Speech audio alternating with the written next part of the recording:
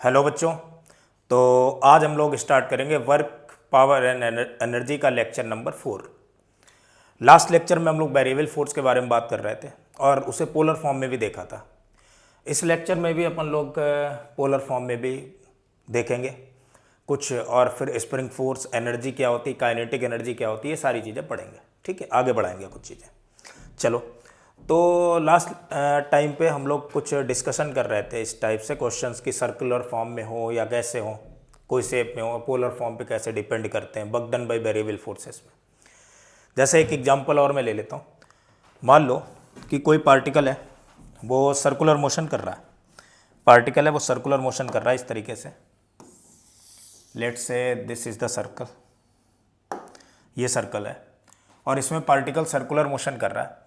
और इस पार्टिकल पर जो एक फोर्स लग रहा है वो ऑलवेज टेंजेंशियल फोर्स है, हमेशा टेंजेंशियल डायरेक्शन में लग रहा है। ऐसे टेंजेंशियल में डायरेक्शन में ये फोर्स एक्ट कर रहा है। तो फोर्स भी वेरिएबल है और मैग्नीट्यूड भी इसका वेरिएबल है, डिस्प्लेसमेंट के ऊपर डिपेंड कर रहा है।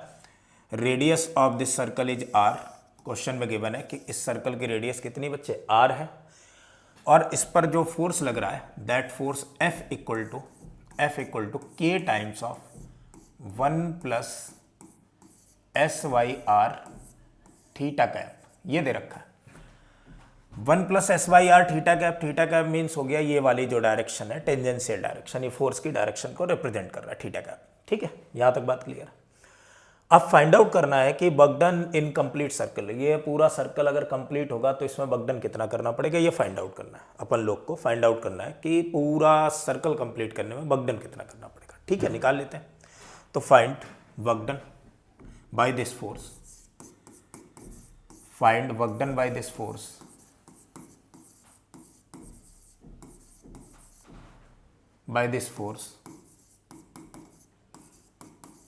इन कंप्लीट सर्कल जो पाथ है वो पूरा सर्कुलर पाथ बन रहा है, इसमें कितना वर्क डन करना पड़ेगा ये निकालना है। ठीक है, कोई दिक्कत नहीं बच्चे, ध्यान देना। मैंने मान लिया कि ये यहां से चला और इस तरफ पहुंचा किसी पोजीशन थीटा पर, और किसी पोजीशन थीटा पर जो है, किसी पोजीशन थीटा पर लेट से इसने जो एंगल बनाया है, छोटा सा चिन्ना से एक एंगल मैंने बना दिया, ये डी थीटा है, ये जो है ये डी थीटा है। तो ये यहां से यहां तक एक इसने डिस्प्लेसमेंट कवर किया, that is equal to the D S. कितना डिस्प्लेसमेंट कवर किया बच्चे, डी एस के बराबर। अच्छा, ये जो डी एस है, अगर अपन लोग चाहें तो work done F dot D S कर लें, और डी एस को अपन लोग या एस वाई आर को अपन लोग थीटा के टर्म में लेकर के आए, या डी एस को एस के टर्म में लेकर के चले और कैलकुलेशन पूरी निकाल ले जाए। डी एस का इंटीग्रेशन कर देंगे, लिमिट 0 से 2 पाई आर डाल देंगे, आंसर आ जाएगा। मतलब ऐसे भी कर सकते थे कि अगर इसमें वर्क डन निकालना है तो यहाँ से छोटा सा डिस्प्लेसमेंट डी एस कराने पर वर्क डन यहाँ पर डी डब्ल्यू आ जाएगा, and D W equal to F dot D S. चूंकि अगर अपन लोग देख रहे हैं यहाँ पर कि ds और फोर्स दोनों टेंजेंशियल डायरेक्शन में, दोनों एक ही डायरेक्शन में, तो इनके बीच का एंगल कितना हो गया बच्चे, एंगल इनके बीच का 0 हो गया।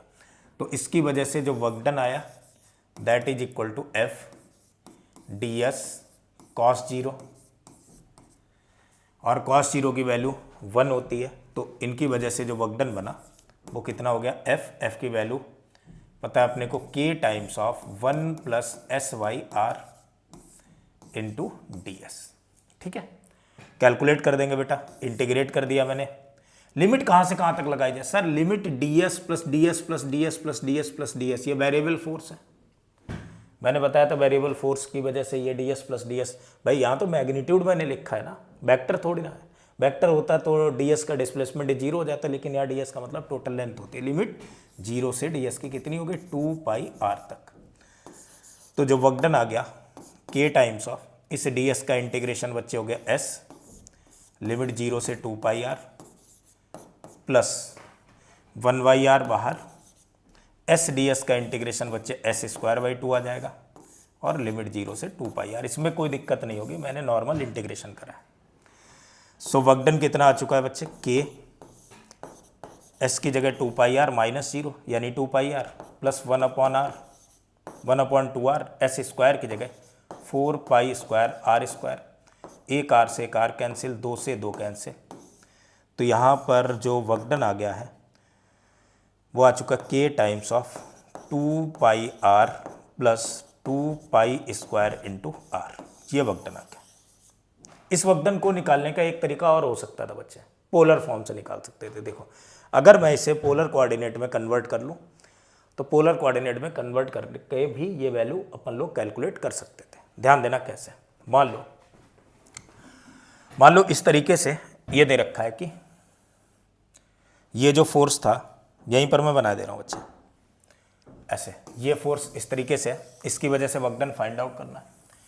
अब मैं अगर इस ds वेक्टर को लिखना चाहूँ तो क्या मैं इस ds वेक्टर को r d थीटा लिख सकता हूँ? सर ये तो मैग्नीट्यूड है, डायरेक्शन क्या है भाई? ds वेक्टर की टेंजेंशियल डायरेक्शन है जो इसकी है, तो वो थीटा कैप लिख दी, पोलर फॉर्म में आ गया। सर पहले तो आप dl लिख रहे थे, हाँ बेटा dl लिख रहा था, तो dl पूरा होता था जब रेडियस भी चेंज होती थी तो वहां पर r dr कैप और लिख देता था, है ना, dr r कैप। लेकिन dr इधर की तरफ रेडियस चेंज हो ही नहीं रही और उसका कैप लिखने कोई मतलब ही नहीं, डॉट प्रोडक्ट 0 आ जाएगा, तो केवल ds से ही काम चला लेते हैं, कोई दिक्कत है नहीं। तो अब वर्कडन कैसे लिखें भाई? ds की वैल्यू हो गई r d थीटा, थीटा का केवल इसका मैग्नीट्यूड अगर ds का लिखूं तो मेरे बच्चे बोलेंगे सर मैग्नीट्यूड तो ds का हो गया r times of d theta, ये बन गया ds का मैग्नीट्यूड। क्लियर है? या मैं यहां से यहां तक बोलूं कि ये डिस्प्लेसमेंट s है, ये डिस्टेंस s है, तो क्या मैं s equal to r theta लिख सकता हूं? बच्चे बोलेंगे सर बिल्कुल r थीटा लिख सकते हैं, s की वैल्यू r थीटा, बेटा कैपिटल आ रही है r थीटा। तो अगर s equal to r theta है तो क्या s बाई आर की जगह थीटा लिख लूँ? बिल्कुल s बाई आर की जगह थीटा लिख लो। अब कहानी बन गई। तो मैं यहाँ पर जो वर्कडन निकालूंगा वो तो f डॉट डी एस होगा, यानी f D S cos zero की वैल्यू क्या होगी 1। अब बात आ रही f क्या लिखा जाए, तो f है k1 plus S Y R dot D S है, थीटा कैप खत्म, 1 आ गया। क्या बचेगा यहाँ पर r D theta. Sir S Y R की वैल्यू क्या है?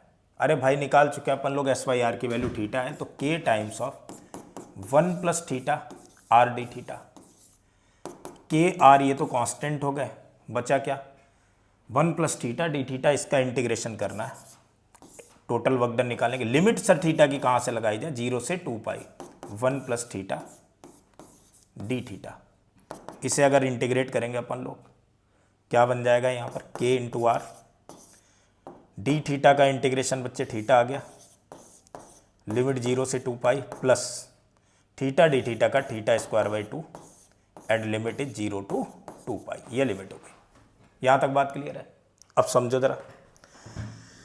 अब इसमें अगर अपन लोग देखें, ध्यान दो, तो इसे सॉल्व करेंगे तो वर्कडन जो आ जाएगा, ये जो वर्कडन आएगा वो किसके इक्वल हो गया, k into R, upper limit 2π minus lower limit 0 लिखने का कोई मतलब ही नहीं, प्लस अपर लिमिट 2π का स्क्वायर यानी 4π स्क्वायर अपॉन में 2 माइनस 0 स्क्वायर अपॉन 2, कोई मतलब नहीं, ये और ये कैंसिल, यहाँ 2 बचा, मल्टीप्लाई करेंगे तो यहाँ वर्कडन आ जाएगा 2π के आर प्लस 2π स्क्वायर के आर, वही आ गया पहले वाला, बस उसमें क्या था कि मैंने बाहर निकाला हुआ था, यहाँ पर के अंदर आ गया। तो ये भी तरीका हो सकता था। समझ में आ गई होगी इतनी बात? चलो अगला न्यूमेरिकल देखते हैं कि कोई अगर थोड़ा सा ऐसा न्यूमेरिकल बने जिसमें अपन लोग को अच्छी खासी वैल्यू कैलकुलेट करनी पड़ जाए, तो उसके लिए क्या काम करें। ध्यान दो, जैसे सपोज मान लो कोई फोर्स है F, और वो फोर्स ऐसा, मैंने कहा फोर्स टेंजेंशियल है और कुछ इस तरीके से दे रखा है न्यूमेरिकल कि ये जो फोर्स है पार्टिकल पर जो फोर्स लग रहा है वो एक्सपोनेंशियल स्पाइरल बना रही है, उसकी वजह से ऐसा लग रहा है, कोई एक एक्सपोनेंशियल स्पाइरल बन रहा है और उसकी वजह से ऐसा फोर्स है। ठीक है, अब इन्होंने ये बोला है कि उसकी इक्वेशन गिवन है, लेट से एक कोई एक्सपोनेंशियल स्पाइरल बन रहा है ऐसे, ये वाई एक्सिस है, ये एक्स एक्सिस है, और ये कोई एक्सपोनेंशियल स्पाइरल टाइप से बन रहा है। मैंने मान लिया ये कोई ऐसे,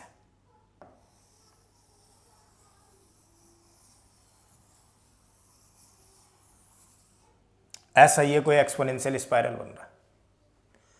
इस एक्सपोनेंशियल स्पाइरल की इक्वेशन गिवन है, गिवन पोलर फॉर्म में बेटा इसकी इक्वेशन होती, ये बच्चों को अच्छे से पता है। और पोलर फॉर्म में इसकी जो इक्वेशन है वो एक्सपोनेंशियल की पावर में आती है, यानी r इक्वल टू, मैंने मान लिया r equal to r nought e की power theta. Equation of this spiral, given equation of spiral,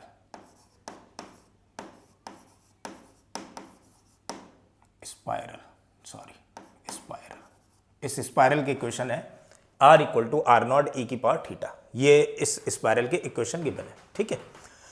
उसके बाद इसमें ये दे रखा है where r is the distance of the particle from origin to this path, ठीक है, पाथ के किसी पॉइंट तक, ठीक है, origin from origin, and theta is the angle made by the position of the particle from the X axis.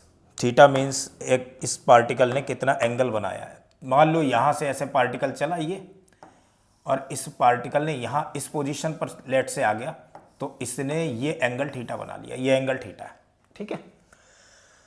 तो पूछा गया है कि ये जो टेंजेंशियल इस पर फोर्स लग रहा है, ये बोल दिया गया कि ये जो टेंजेंशियल फोर्स है F equal to F vector equal to F nought 1 plus k times of s, where k is a constant and s is the distance, theta cap tangential है, मैंने थीटा कैप लिख दिया, where k is a constant and s is the distance from, मैं ये बोल सकता हूँ ये जो s डिस्टेंस है वो कहाँ से बच्चे, वो s distance, s is the distance from the x axis, जो जीरो है जहाँ से शुरुआत हुई थी, ठीक है, from initial, s is the distance covered by the particle, लिख लेता हूँ मैं, s is the distance where s is the distance covered by the object, distance covered by the object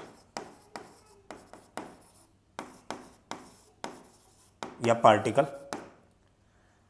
from t equal to 0, t equal to 0 से किसी position तक, ये s है। s मतलब बेटा यहाँ से ऐसे चला, लेट से ऐसे चला, तो ये s है, इधर पहुंचा तो ऐसे चलते चलते चलते चलते यहाँ पहुंचा तो ये s हो गया, और ऐसे ही चलते चलते इधर से ऐसे पूरा ये चलते चलते पहुंचा, यहाँ पहुंचा तो ये s हो गया, ये s है। अब बताना है कि इसकी वजह से वर्क डन कितना होगा अगर पार्टिकल दोबारा x एक्सिस को टच करे आकर के, फर्स्ट टाइम जब x एक्सिस को टच करेगा तो वर्क डन कितना होगा, ये हमें फाइंड आउट करना है। तो what is the work done by this force till it passes through the x axis first time, ठीक है। फाइंड, लिख लेता हूं मैं, find work done by this force, find work done by this force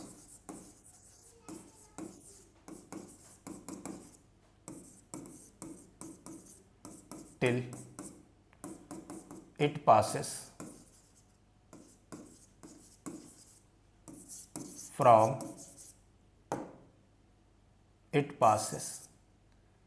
through x axis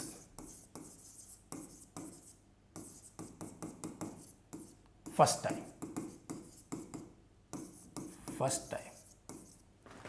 इस force की वजह से वर्क डन कितना होगा जब ये x एक्सिस को पहली बार पास करेगा, ठीक है। निकाल लेते हैं भाई, कोई दिक्कत नहीं है, बहुत आसान काम है। देखो जरा बच्चे, मैंने मान लिया कि ये यहाँ से ऐसे चला, ऐसे चला, ऐसे चला, देखो इधर से चला, और फर्स्ट टाइम यहाँ पर आगे आएगा, अब यहाँ पर क्रॉस करेगा आकर के। तो फर्स्ट टाइम क्रॉस करने के लिए कितना चलेगा भाई, फर्स्ट टाइम क्रॉस करने के लिए एंगल जो कवर करेगा वो 2 पाई के बराबर करेगा, अभी थीटा ये 2 पाई हो जाएगा।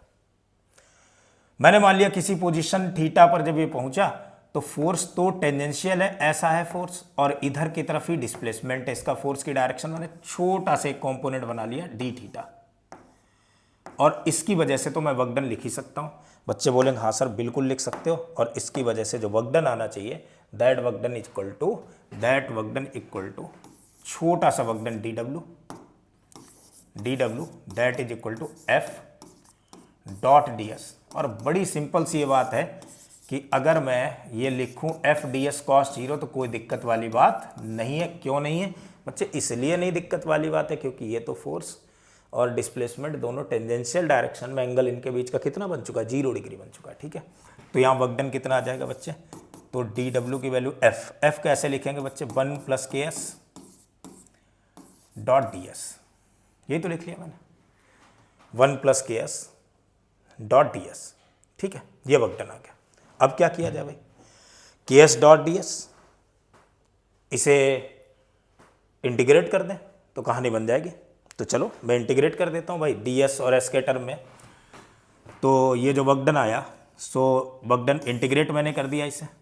टोटल मैंने कहा एस डिस्टेंस इसने चली है, तो लिमिट 0 से W 0 से S। सो वर्क डन आ गया अपने पास में कितना बच्चे? डी एस 1 का डी एस से मल्टीप्लाई डी एस प्लस के एस डी एस लिमिट 0 से S, यानी वर्क डन आ गया।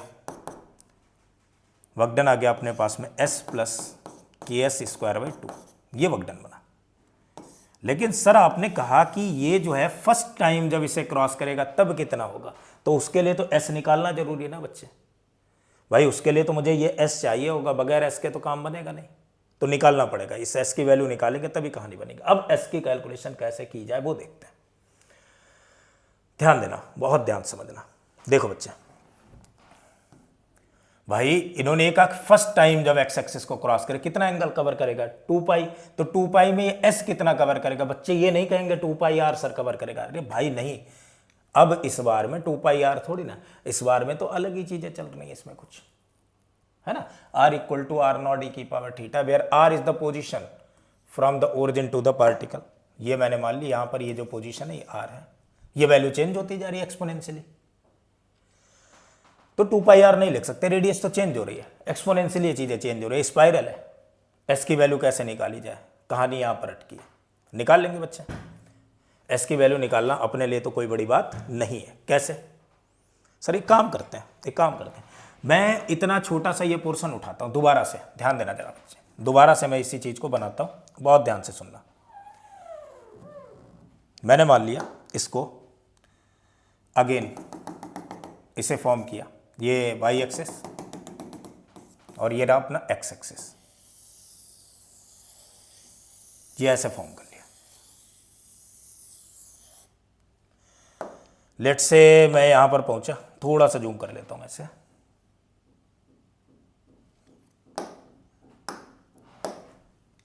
सॉरी, मैं यहां पर पहुंचा, ये एंगल थीटा पर ये पोजीशन थी। छोटा सा इसने डिस्प्लेसमेंट किया ds, ये डिस्प्लेसमेंट है ds, ये ds है, ये एंगल थीटा है, तो ये वाला एंगल d थीटा होगा। मैंने इस पर एक परपेंडिकुलर ड्रॉ कर दिया इस लाइन पर, ये तो परपेंडिकुलर ड्रॉ कर दिया। तो बच्चे देखो ये r है, तो मेरे प्यारे बच्चों को पता होगा पोलर फॉर्म में इस चीज को dr लिखते थे, r + dr, रेडियस ऐसे बढ़ गई। मैंने पोलर फॉर्म बताई थी तो ये सारी बातें बताई भी थी बेटा। और थोड़ा सा जूम कर देता हूं जिससे आप लोग को थोड़ा सा और क्लियर दिखे। ठीक है, ये हो गया r dr। अब ये अगर r dr है, ये एंगल d थीटा है, तो बच्चे कहेंगे कि सर जब ये थीटा है तो ये सामने वाला जो परपेंडिकुलर वाली चीज होगी ये r d थीटा होनी चाहिए। बहुत अच्छे से पता है बात क्लियर है नहीं? देखो अब ये अगर r d थीटा है, ये एंगल 90 डिग्री बच्चे, ये एंगल 90 डिग्री है, तो ये बच्चा 90 - d थीटा, तो ये हो गया d थीटा। ये वाला जो एंगल है ये d थीटा हो गया। क्यों? क्योंकि ये टेंजेंट और रेडियस एक दूसरे से परपेंडिकुलर होती हैं। मैं दोबारा बना दे रहा हूँ इस चीज को, यहां पर थोड़ा सा देखो, ऐसे बना है, ये मैंने इस पर परपेंडिकुलर ड्रॉ किया, ये ds है, ये d थीटा है, ये बच्चे r d थीटा है, और ये वैल्यू dr हो गई, ये वैल्यू dr हो गई। ds यहां पर इसके लिए हाइपोटेनस हो गया बच्चे, ds जो है वो इस चीज के लिए कितना हो गया बच्चे? हाइपोटेनस हो गया ds की वैल्यू। ठीक है, अब कहानी समझो। देखो भाई, मैं अगर इसमें देखूं, इक्वेशन जो दे रखी थी इसकी स्पाइरल की वो थी r = R0e⁻θ। मैं इसे एक बार डिफ्रेंशिएट कर देता हूँ with respect to the theta, तो क्या आ जाएगा D R over D theta equal to R not E की पावर थीटा का ई की पावर थीटा ही आएगा। So D R equal to हो गया आर नॉट ई की पावर थीटा बच्चे, आर नॉट ई की power theta means sorry R not E की पावर थीटा मीन्स हो गया बच्चे अगेन आर के इक्वल है, तो D R over D theta equal to R means मैं लिख सकता हूं D R equal to R D theta. ये है, इस डी आर की जगह मैं क्या लिख सकता हूं बच्चे आर डी थीटा लिख सकता हूं नहीं, ये डी आर जो है वो किसके इक्वल होना चाहिए आर डी थीटा के, ठीक है कोई दिक्कत नहीं। तो मैं डी आर को लिखूंगा D R equal to R D theta, D R equal to R D theta, यही तो है। अच्छा इस ट्रायंगल से अगर देखूं ये 90 डिग्री है, तो साइन डी थीटा किसके इक्वल होगा बच्चे, मेरे बच्चे बोलेंगे सर साइन डी थीटा या टेन डी थीटा मैं कहूँ किसके इक्वल होगा, तो बच्चे बोलेंगे सर टेन डी थीटा की तो वैल्यू होनी चाहिए परपेंडिकुलर अपॉन में बेस। परपेंडिकुलर है बच्चे आर डी थीटा और बेस है डी आर। मेरे बच्चे फिर से दिमाग लगा गए, सर अभी तो आपने डी आर को आर डी थीटा प्रूव किया है, तो डी आर अगर आर डी थीटा है तो इसका साफ साफ मतलब है टेन डी थीटा की वैल्यू किसके इक्वल आ गई, ये और ये कैंसिल 1 के इक्वल, यानी डी थीटा तो 45 डिग्री है। यहाँ पर ये जो डी थीटा बन रहा है स्पाइरल में इस इक्वेशन के लिए वैल्यू कितनी है 45 डिग्री के बराबर है। और अगर ये 45 डिग्री है तो अब अपन लोग को ds कैलकुलेट करने में कोई दिक्कत नहीं आने वाली। क्यों? क्योंकि अगर मैं यहां लिखूं ds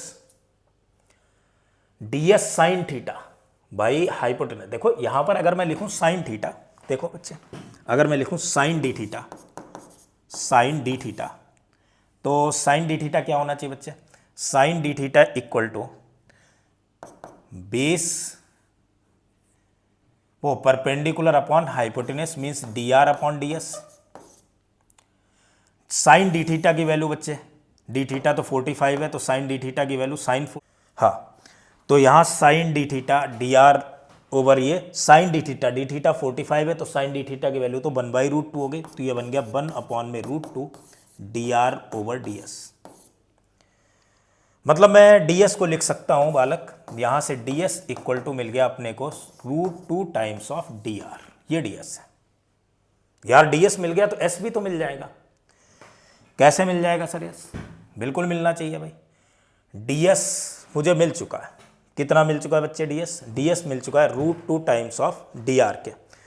तो डी एस की वैल्यू अगर अपन लोग लिखना चाहें तो D S equal to √2 times of D are.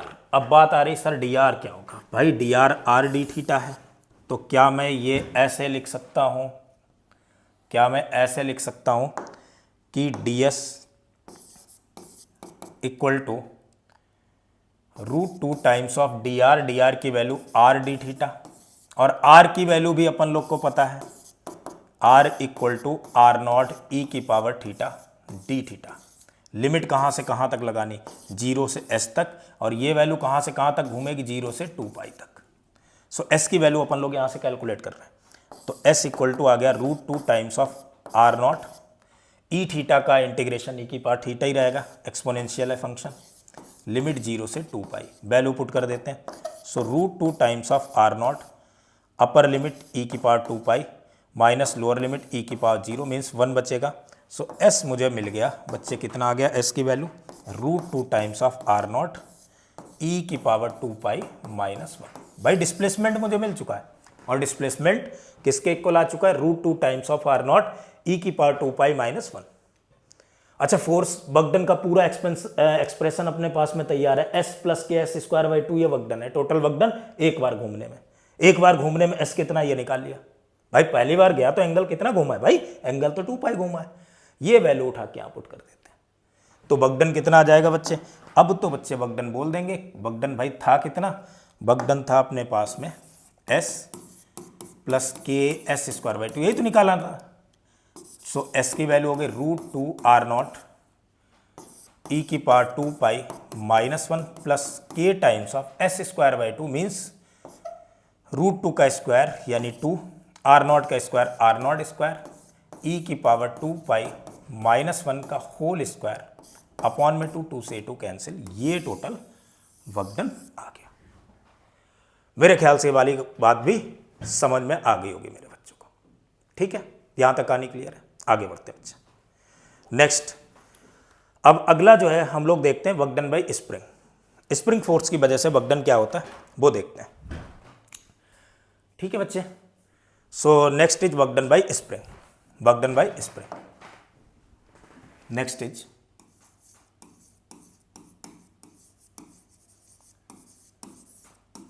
वक्डन by spring.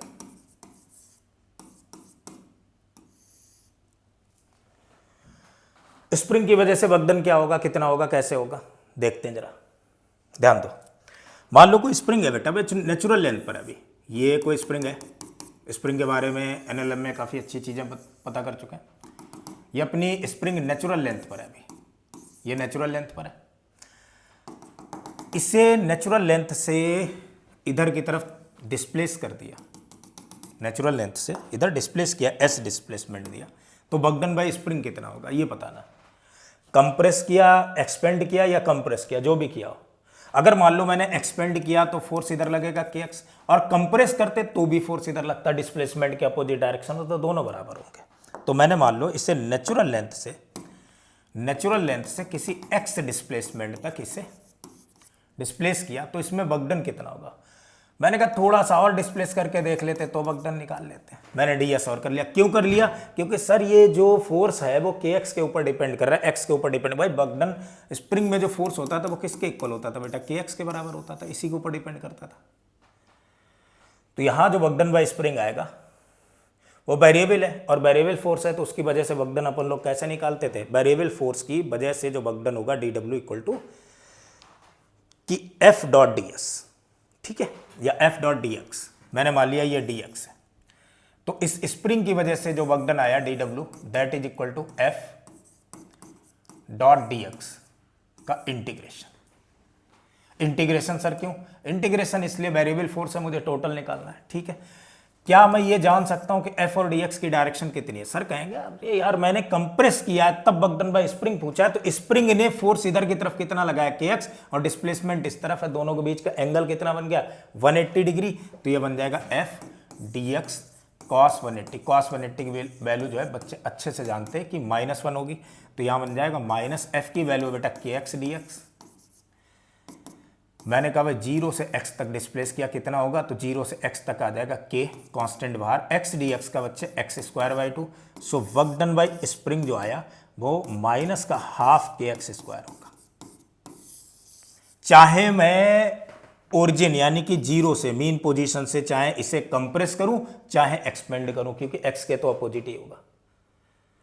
लेकिन सर हमेशा नेगेटिव रहेगा, नहीं भाई नेगेटिव हमेशा नहीं रहेगा। अगर स्प्रिंग पहले से ही एक्सपेंड करी हुई है और वो ओरिजिन की तरफ जा रही तो वक्डन पॉजिटिव होगा। यानी मैं ये लिख सकता हूं कि इफ स्प्रिंग इज कंप्रेस्ड और expand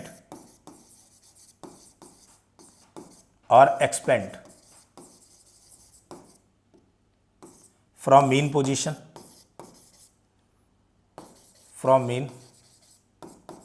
to any position x,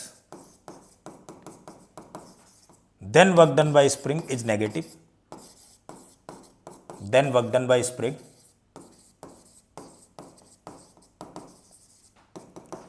is negative and कितना माइनस का हाफ kx²।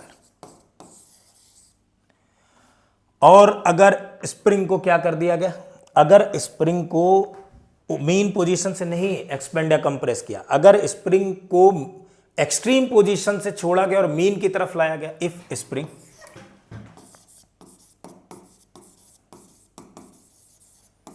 इज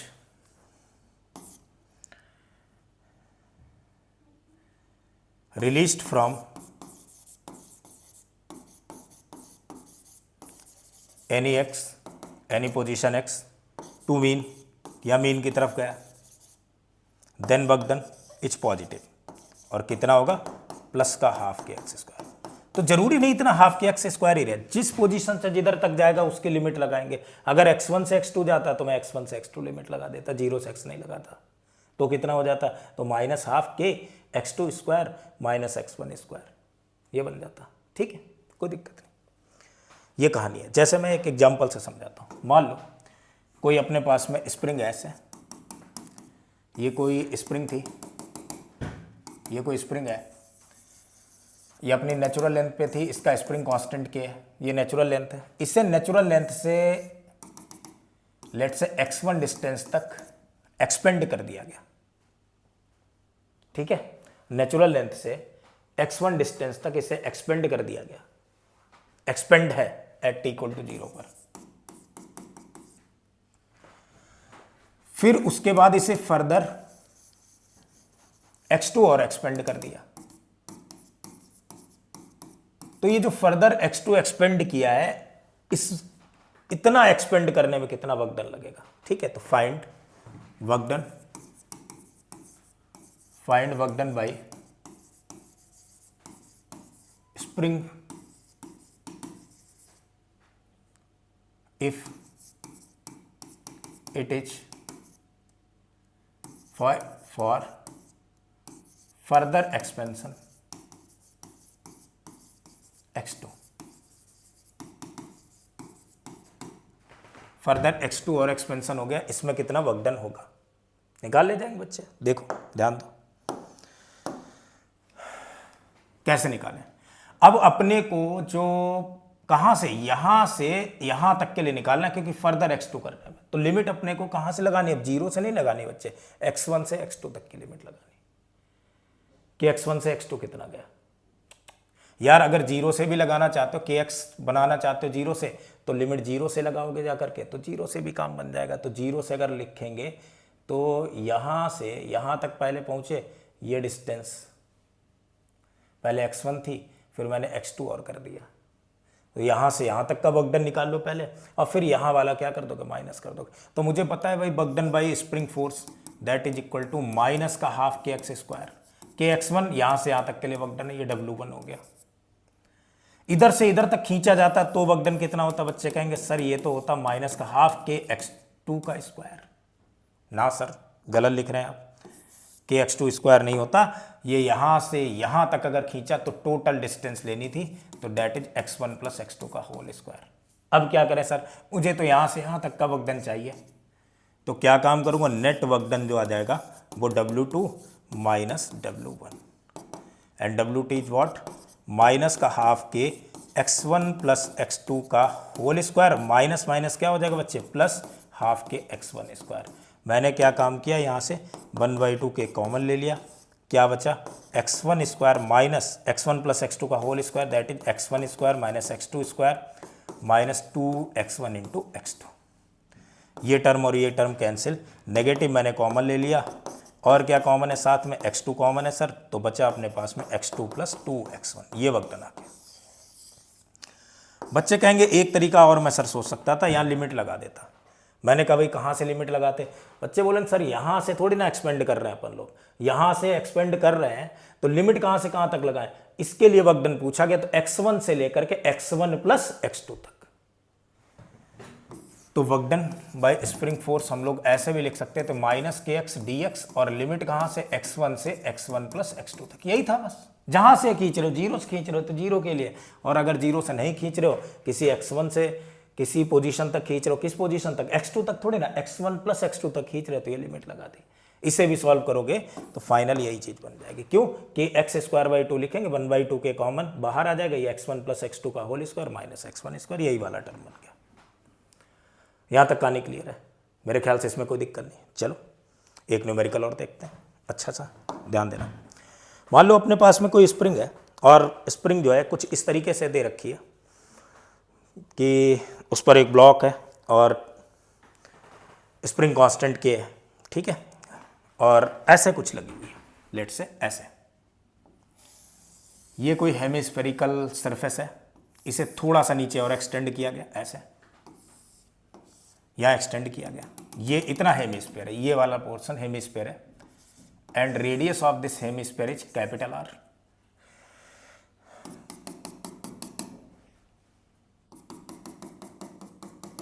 उसके बाद क्या कहा गया, यहां कोई पॉइंट है O, इस पॉइंट ओ से स्प्रिंग जो है ऐसे हिंज्ड है इनिशियली,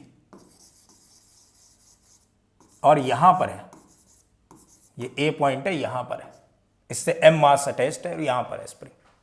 सारी चीजें अंडर ग्रेविटी हो रही, वर्टिकल फ्रेम है, ये हेमिस्फीयर है, वर्टिकली ऐसे रखा। इस स्प्रिंग को मुझे बी पॉइंट तक लेकर के जाना है, और बी पॉइंट की जो पोजीशन, एंगुलर पोजीशन है वो थीटा है, ये गिवन है क्वेश्चन में। तो कितना वर्कडन करना पड़ेगा, टोटल वर्कडन कितना करना पड़ेगा कि ए पॉइंट से बी पॉइंट तक मैं ले जाऊं इसे। Spring constant of the spring is के। सो फाइंड टोटल वर्कडन, केवल वर्कडन बाय स्प्रिंग नहीं बेटा, total work done. Find total work done, find total work done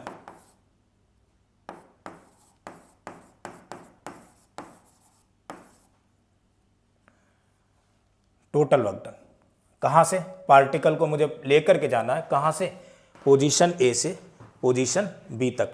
तो टोटल वर्कडन निकालना है इसमें कि अभी तो स्प्रिंग अनडिफॉर्म्ड है, और टोटल वर्कडन बताना है कि इसे यहां से लेकर के ए से बी तक ले जाने में कितना वर्कडन करना पड़ेगा। तो देखो यहां तक ले जाने में एक फोर्स मुझे लगाना पड़ेगा लगातार ऐसे, जो हमेशा इससे इस सरफेस के टेंजेंशियल होगा। भाई अगर मैं इस स्प्रिंग को खींचूंगा ऐसे, तो इस पॉइंट पर अगर होगा तो फोर्स ऐसे लगेगा, यहां होगा तो फोर्स ऐसे लगेगा, ऑलवेज टेंजेंशियल डायरेक्शन में फोर्स लग रहा होगा। तो मैंने मान लिया किसी पोजीशन पर मैं इस पार्टिकल को खींच करके ले गया ऐसे, लेट से इसको मैंने खींचा, पार्टिकल को उठाया, इस पोजीशन पर ले गया। अब पार्टिकल यहां पहुंच चुका बच्चे, इस पोजीशन पर, ये रहा पार्टिकल, ठीक है, यहां पहुंच गया पार्टिकल, इस पोजीशन पहुंच गया। ये मास है m, ये वाला एंगल लेट से अल्फा है। अब यहां से थोड़ा सा और आगे मैं बढ़ाऊंगा, इतनी डिस्टेंस, कितनी कितनी भाई बच्चे, ds और बढ़ानी है मुझे यहां से। ये एंगल मैंने मान लिया डी अल्फा है। इतने में कितना वर्कडन करना पड़ेगा, तो फोर्स बच्चे जो ये लग रहा है वो तो हमेशा टेंजेंशियल डायरेक्शन में लग रहा है F। इस पर कौन कौन से फोर्स लग रहे होंगे सर, इस पर नीचे की तरफ तो एक फोर्स लग रहा होगा mg, क्लियर बात है। तो अगर ये एंगल अल्फा है बच्चे, तो ये वाला भी एंगल अल्फा होना चाहिए, क्योंकि ये 90 माइनस अल्फा और ये टेंजेंट बनाती 90 डिग्री, तो टेंजेंशियल डायरेक्शन में फोर्स इस पर एक ये लग गया mg cos अल्फा। एक और लगेगा सर फोर्स, कैसा, kx, भाई स्प्रिंग भी तो नीचे की तरफ लगाएंगे, kx, ये लगा। तो सर कितना फोर्स यहां पर इस टाइम पर है बच्चे, यहां पर फोर्स जो है वो F equal to mg cos alpha plus k times of x, और x क्या है बेटा, x है यहां पर आर्क लेंथ। आर्क लेंथ कैसे लिखेंगे, एंगल इंटू रेडियस, एंगल है अल्फा और रेडियस है r, तो मैं लिख सकता हूं k r अल्फा, ये लग गया। इसे स्मॉल डिस्प्लेस कर दिया तो वर्कडन कितना लगेगा, तो बच्चे वर्कडन लग गया F dot D R. F और डी आर या F डॉट डी एस दोनों एक ही डायरेक्शन में टेंजेंशियल है, तो एंगल इनके बीच का जीरो हो गया, तो वर्कडन डी डब्ल्यू की वैल्यू आ गई एफ डी एस। यहां तक बात क्लियर है, कोई दिक्कत नहीं इसमें। तो अब क्या करा जाए, आगे देखते हैं, ध्यान दो। तो इसकी वजह से अगर अपन लोग टोटल वर्कडन कैलकुलेट करें, so total work done equal to F, F factor किसके इक्वल है, एफ की वैल्यू है mg cos alpha plus kx। और क्या मैं इस ds को लिख सकता हूं, हाँ भाई ds तो लिख सकते हो, आर डी अल्फा के बराबर हो गई, तो ds की वैल्यू हो गई आर डी अल्फा। मैं x को भी बेटा आर अल्फा के टर्म में लिख देता हूं। सो वर्कडन आ गया अपने पास में कितना, mg cos alpha into R D alpha plus के, x की वैल्यू बेटा आर अल्फा थी, तो के आर अल्फा डी अल्फा, और लिमिट कहाँ से कहाँ तक लग गई बेटा, लिमिट 0 से थीटा, ये भी लिमिट 0 से थीटा तक की, कोई दिक्कत नहीं। अब वर्कडन कैलकुलेट करते हैं। So work done equal to M G R, cos alpha का क्या होता है बच्चे, कॉस अल्फा का होता है इंटीग्रेशन साइन अल्फा लिमिट 0 से theta plus K R alpha D alpha means alpha square by 2 limit 0 से थीटा, वैल्यू पुट कर देते हैं। सो वर्कडन आ गया अपने पास में M G R sine theta minus sine 0 की value 0 plus K R alpha square theta square by 2 minus 0 से कोई मतलब अपने को नहीं है। तो ये जो वर्क डन आ गया टोटल वो किसके इक्वल हो गया बच्चे, mg/r sine theta plus kr theta square by 2, ये वर्क डन। मेरे ख्याल से यहाँ तक की कहानी क्लियर हो गई होगी। चलो बहुत अच्छी बात है, यहाँ तक बच्चे कहानी क्लियर हो गई होगी।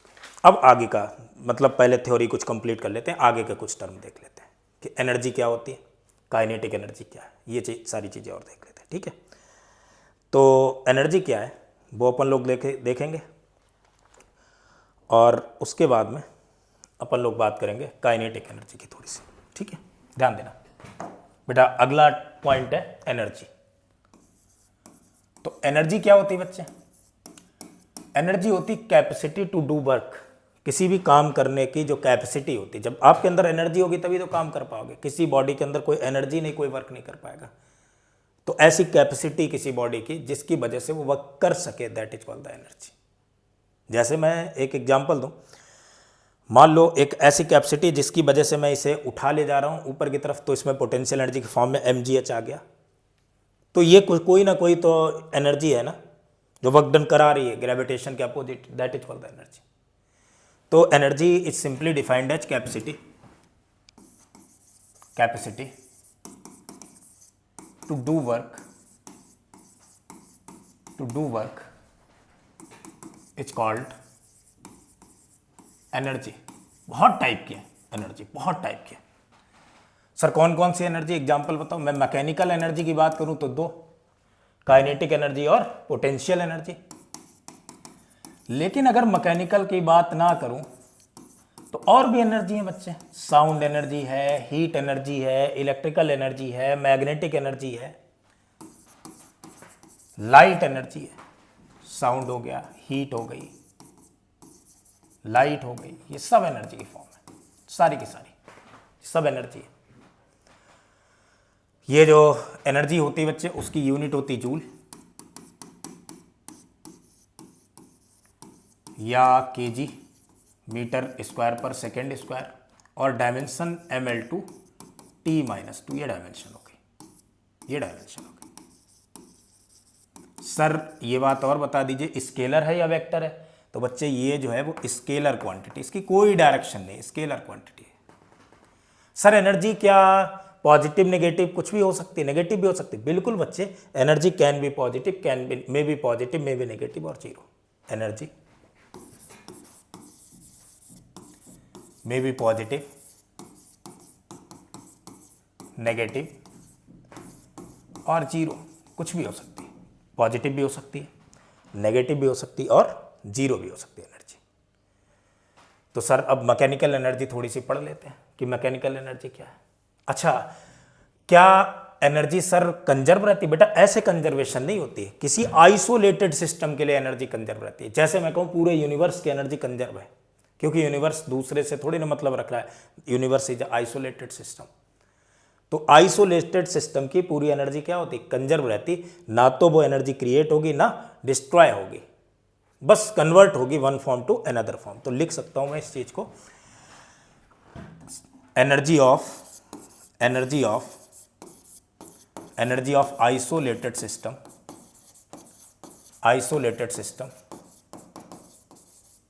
Is conserved. Energy of isolated system is conserved means neither we created energy for isolated system, energy neither we created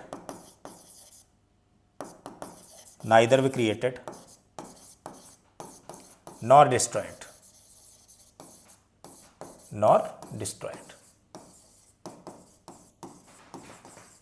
but it can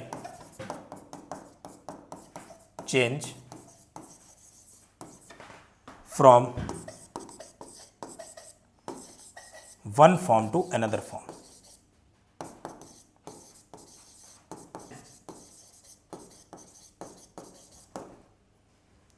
एक फॉर्म से दूसरी फॉर्म में कन्वर्ट करी जा सकती है। तो धीरे धीरे अपन लोग एनर्जी के बारे में पढ़ते चलेंगे। पहले आज मैं छोटा सा पॉइंट काइनेटिक एनर्जी उठाता हूं, उससे रिलेटेड न्यूमेरिकल भी करेंगे।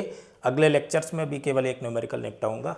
जब मैं पोटेंशियल एनर्जी और एनर्जी कंजर्वेशन और वर्क एनर्जी थ्योरम पढ़ा दूंगा, फिर बहुत सारे न्यूमेरिकल इसी पर बनते हैं। ठीक है, तो आगे बढ़ते हैं बच्चे, ध्यान देना। Next is kinetic energy.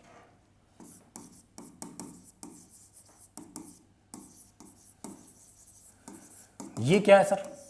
Kinetic energy बेटा पार्टिकल के मोशन की वजह से आती है। Kinetic energy by virtue of motion, by virtue of motion. कोई पार्टिकल अगर मूव कर रहा है तो उसके मोशन की वजह से जो एनर्जी आती है वो काइनेटिक एनर्जी होती है। मीन्स मैं ये बोल सकता हूँ कि कोई मूविंग पार्टिकल है, उसके अंदर टेंडेंसी है, उसके अंदर कैपेसिटी है to do work, that is called the kinetic energy. Capacity to do work of a moving particle is called kinetic energy. जैसे मैं अगर इसे फेंक करके इस पर मारूं तो ये इसे कंप्रेस करने की कोशिश करेगा, इस पर अच्छा खासा इंपल्स देगा, हो सकता है कि इसे तोड़ भी दे। तो टूटा क्यों? क्योंकि इसे कुछ एनर्जी ट्रांसफर हुई। वो आई कहां से? इसके पास पहले से ही मूव कर रहा था, एनर्जी थी, तो इसने कुछ काम कर दिया इस पर, that is called the kinetic energy. इसे काइनेटिक एनर्जी कहेंगे। है क्या सर ये काइनेटिक एनर्जी? मान लो कि कोई पार्टिकल है ऐसे, ये रहा कोई particle, and let's say mass of this particle is m, और ये v वेलोसिटी से आगे मूव कर रहा है, तो इसकी काइनेटिक एनर्जी बच्चे होगी हाफ mv²। मैं इस काइनेटिक एनर्जी को एक तरीके से और लिख सकता हूँ। मैं अगर ऐसे लिखना चाहूँ तो मैं एक काम करता हूँ, m का मल्टीप्लाई कर देता हूँ, m से डिवाइड कर देता हूँ, ये m इंटू बी होती है मोमेंटम p, तो काइनेटिक एनर्जी p²/2m। ये भी इंपॉर्टेंट है, याद रखना इसे, ठीक है। या मैं मोमेंटम को अगर लिखना चाहूँ तो मोमेंटम किसके इक्वल होगा? 2m times of kinetic energy, √2m times of kinetic energy. इनसे रिलेटेड छोटे छोटे न्यूमेरिकल्स बन जाते हैं। इसकी यूनिट की बात करूं तो बेटा इसकी भी यूनिट क्या होगी? जूल होगी। डायमेंशन भी वही ml²t-2 के बराबर होती है। हाँ, एक चीज है कि एनर्जी मैंने कहा मे भी पॉजिटिव, नेगेटिव और जीरो, लेकिन काइनेटिक एनर्जी हमेशा नॉन नेगेटिव होगी, हमेशा पॉजिटिव होगी। कैसे? वेलोसिटी है, इसका स्क्वायर है बेटा, किसी वेक्टर का स्क्वायर अगर नेगेटिव वेक्टर भी हो उसका स्क्वायर कैसा होगा? हमेशा पॉजिटिव होगा। मास तो पॉजिटिव है, स्केलर क्वांटिटी। तो काइनेटिक एनर्जी स्केलर क्वांटिटी और हमेशा कैसी होगी? Non negative. It is scalar and non negative, and non negative. यहां तक बात समझ में आ गई होगी। चलो अपन लोग एक इससे रिलेटेड न्यूमेरिकल निपटाते हैं, ध्यान देना बच्चे।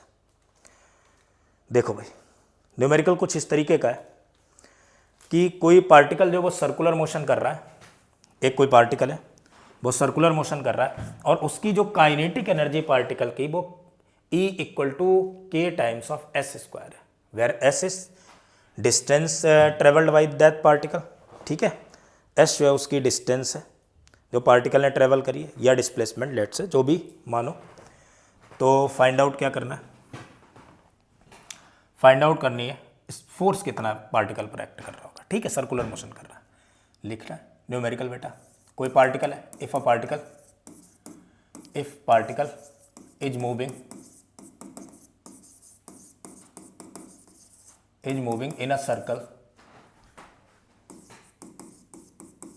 ऑफ रेडियस r, ठीक है,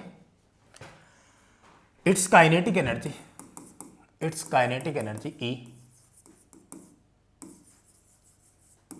E varies as E = k times of s², where k is a constant and s is the displacement or distance of the particle at that time.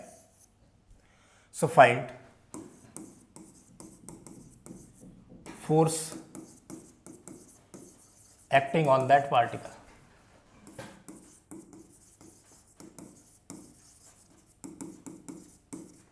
उस particle पर force कितना act कर रहा है ये निकालना है। अच्छा, पार्टिकल सर्कुलर मोशन कर रहा है, क्लियर सी बात है, सर्कुलर मोशन कर रहा है पार्टिकल ऐसे।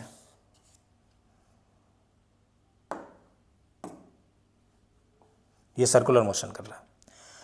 अब इसकी काइनेटिक एनर्जी ऐसी है, क्या मैं इस काइनेटिक एनर्जी को हाफ mv² लिख सकता हूं? हाँ सर लिख सकते हो। पार्टिकल का मास है लेट्स, ठीक है, ये गिवन है, = k × s²। क्या b² की वैल्यू सर 2k/m × s² लिख सकता हूँ? बिल्कुल लिख सकते हो बच्चे, b² की वैल्यू आ गई। तो मुझे v की वैल्यू पता लग गई, बी स्क्वायर की वैल्यू 2k अपॉन में m times of s square है v की वैल्यू। कोई दिक्कत नहीं, कोई भी दिक्कत नहीं किसी तरीके की, ठीक है। अब क्या काम करें सर, मैं सर टेंजेंशियल एक्सेलेरेशन निकालना चाहता हूं, तो मैं b को लिखूंगा under root of 2k upon में m टाइम्स ऑफ s बना। क्यों सर टेंजेंशियल निकालें, क्योंकि नेट फोर्स निकालने के लिए एक्सेलेरेशन चाहिए, पार्टिकल का मास है, ठीक है। So tangential acceleration dv over dt होगा, मैंने टेंजेंशियल एक्सेलेरेशन निकाल लिया, that is equal to dv over dt। भाई ये वेरिएबल है s, यहाँ पर s वेरिएबल है, वेलोसिटी s के ऊपर डिपेंड कर रही, तो एक्सेलेरेशन टेंजेंशियल भी होगा, और रेडियल तो होगा ही होगा, सर्कुलर पाथ है सेंटर की तरफ।